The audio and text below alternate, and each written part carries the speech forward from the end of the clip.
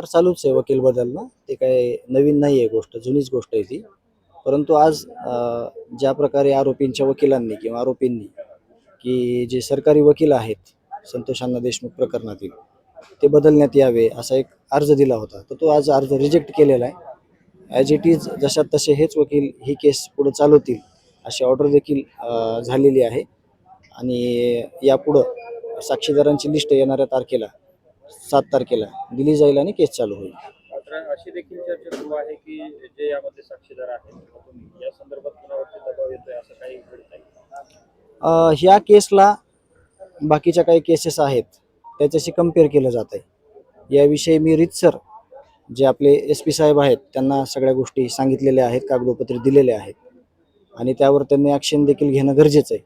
कारण का आपण या केसमध्ये बघितलेलं आहे, सुरुवातीच्या काळात ज्या काही गोष्टी ज्या ते त्यावेळेस करायच्या होत्या त्या करण्यात न आल्यामुळं हे खून प्रकरण झालेलं आहे.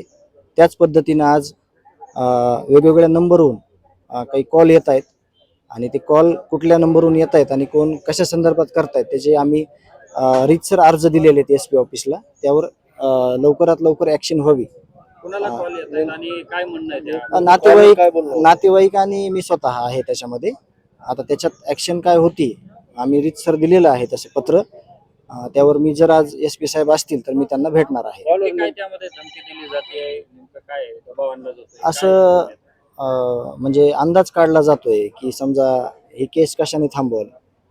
आता तुम्हाला सगळ्याला माहिती आहे, गावकऱ्यांना माहिती आहे, सगळ्या राज्याला माहिती आहे, या लोकांना फाशी झाल्याशिवाय ही केस कुठंच थांबणार नाही कुठल्याच कंडिशनवर. आणि जे केलेलं घोर पाप आहे त्या पापाची शिक्षा त्यांना मिळणार आहे. म्हणून जे काही खडा टाकून बघण्याचं काम चालू आहे किंवा ज्या काही गोष्टी चालू आहेत त्या चुकीच्या आहेत आणि त्या संदर्भात आपण लिगली SP साहेबांना कळवलेलं आहे. धमकी आहे का ऑफर आहे?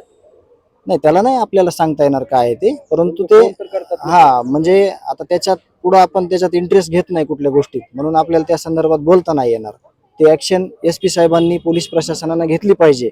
म्हणून ह्याचं उत्तर जे आहे किंवा ते काय आहे ते SP साहेब किंवा पोलीस प्रशासनानं सांगणं गरजेचं आहे.